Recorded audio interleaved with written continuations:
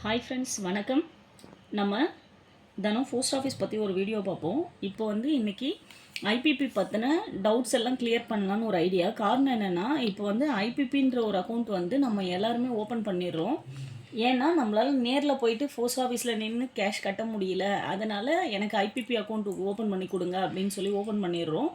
ஆனால் அதை பற்றின டீட்டெயில்ஸ் நிறைய ரீச் ஆகாமல் இருக்குது. அதே சமயம் இப்போ பசங்களுக்கான அதாவது குழந்தைங்களுக்கான ஸ்காலர்ஷிப்ஸு, ப்ரெக்னென்ட் லேடிஸு, 100 நாள் வேலைவாய்ப்பு திட்டம் மற்றும் அந்த கேயுஎம்டி அதாவது மகளிர் உரிமை தொகை, இது எல்லாமே நம்மக்கிட்ட வர்றதால எல்லாருக்கும் போஸ்ட் ஆஃபீஸ் கேஷை எடுக்கிறதெல்லாம் கஷ்டமாக இருக்குது.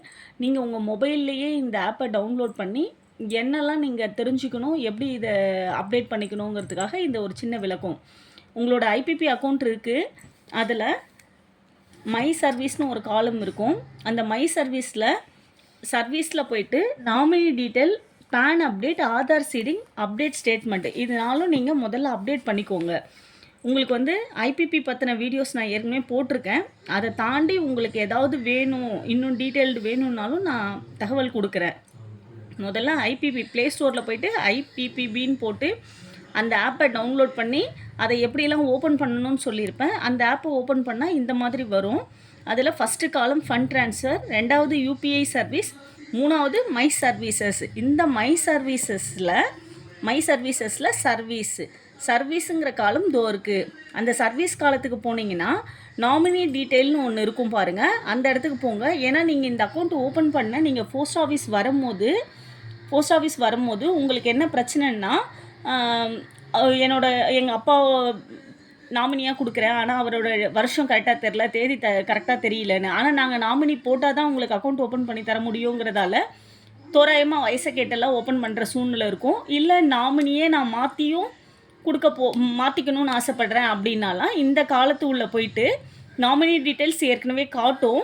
மாடிஃபை நாமினின்னு ஒன்று இருக்கும், அது உள்ளே நீங்கள் போயிட்டு இதில் எந்த கரெக்ஷன் வேணுமோ அதை கரெக்ஷன் பண்ணி அப்டேட் கொடுத்தீங்கன்னா உங்களுக்கு ஓடிபியோட அப்டேட் ஆகிடும். ரெண்டாவது, அதே சமயம் எந்த ஒரு அக்கௌண்ட்டுக்கும் நாமினிங்கிறது ரொம்ப முக்கியங்கிறதால தயவு செஞ்சு இதை நீங்களே அப்டேட் பண்ணிக்கோங்க. இதுக்காகலாம் நீங்கள் போஸ்ட் ஆஃபீஸ் போகணுங்கிற அவசியம் இல்லை.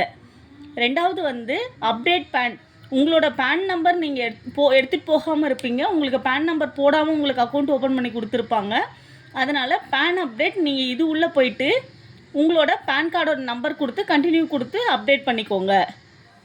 மூணாவதாக ஆதார் சீடிங்னா என்னென்னா, நமக்கு கவர்மெண்ட்லேருந்து கிடைக்கிற எந்த விதமான உதவித்தொகைகளும் நேரடியாக அக்கௌண்ட்டுக்கு வர்றதுக்கானது தான் ஆதார் சீடிங். நம்ம கடைசியாக எந்த இடத்துல ஆதார் சீட் பண்ணுறோமோ அந்த பேங்க் அக்கௌண்ட்டுக்கு உங்களோட தொகைகள் வரும்.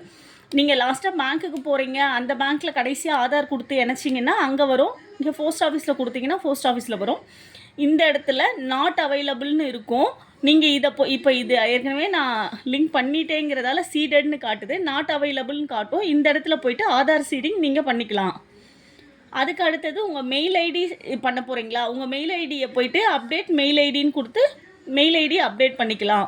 அப்டேட் ஸ்டேட்மெண்ட் ஆப்ஷன் என்னென்னா, உங்களுக்கு இதில் ரெகுலராக வரவு செலவு வச்சுக்கிறவங்க, எனக்கு போஸ்ட் மூலியமாக காப்பி வேணுமா இல்லை மெயில் ஐடியில் வேணுமா, குவார்ட்டர்லி, மந்த்லி, ஆஃப்லி, இயர்லி, இது மாதிரி எதில் வேணுமோ நீங்கள் டச் பண்ணிவிட்டு அப்டேட் பண்ணிங்கன்னா உங்களுக்கு உங்கள் மெயில்லையும், இல்லை போஸ்ட்டில் தான் வேணும்னா நீங்கள் இந்த காலத்தை டைப் பண்ணி அப்டேட் கொடுத்தீங்கன்னா உங்களுக்கு ஐபிபியோட டிரான்சாக்ஷன் ஸ்டேட்மெண்ட் காப்பி உங்களுக்கு வரும். இதை மாதிரி நம்ம மொபைல்லையே எல்லா விதமான தகவல்களையும் நம்ம கரெக்ட் பண்ணி வச்சுக்கலாம்.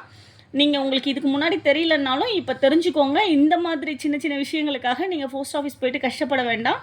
இது எல்லாமே உங்கள் மொபைலில் நீங்கள் கரெக்டாக இருக்கான்னு செக் பண்ணி அப்டேட் பண்ணிக்கோங்க. இல்லை உங்கள் குழந்தைங்களுக்கு நீங்கள் ஓப்பன் பண்ணியிருக்கீங்கன்னாலும் அவங்களுக்கான தகவல்களை சரி பண்ணிவிடுங்க. தேங்க்யூ.